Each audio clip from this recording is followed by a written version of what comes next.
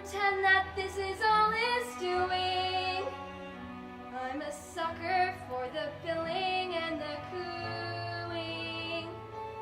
But when you hear that pitter-patter of tiny feet, it doesn't matter how long I've had to sit here minding my brood.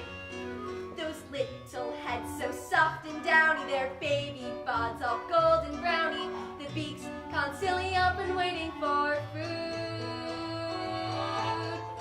It's the joy of motherhood, those little ducklings walking running along. I'll do what any other mother would to try to do my best at bringing up mine. It's the joy of motherhood, those little perks that make it all seem worth the while.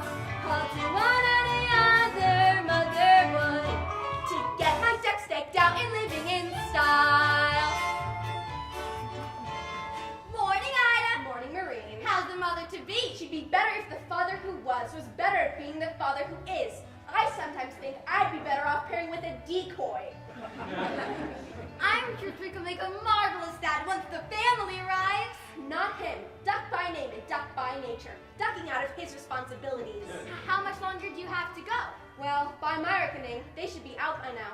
I went to all my prenatal hatching classes run by that self-satisfied sort, and she said about half a month, but 2 weeks is up. Oh well, best things come to those who wait. I don't know. Why do we put ourselves through it? Every spring, it's exactly the same. Just think of all the rewards, all those lovely little ducklings.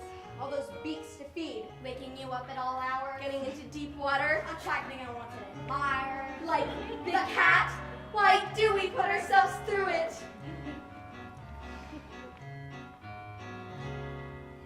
Cause when you hear that dibble dabble, you're proud to say, hey, that's my rabble, and watch their maiden voyage out from the bank. Like champagne corks, you'll see them bobbing. I come